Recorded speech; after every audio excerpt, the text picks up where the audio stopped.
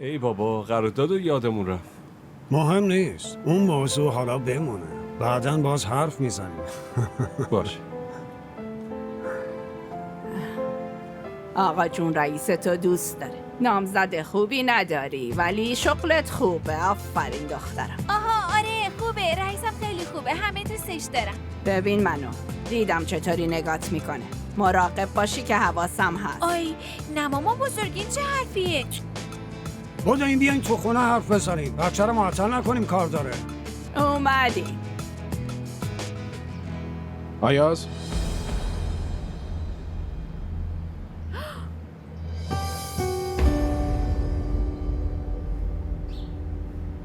باید فوراً با تو اویکو حرف بزنم. گفت آیاز. منم شنیدم گفت آیاز.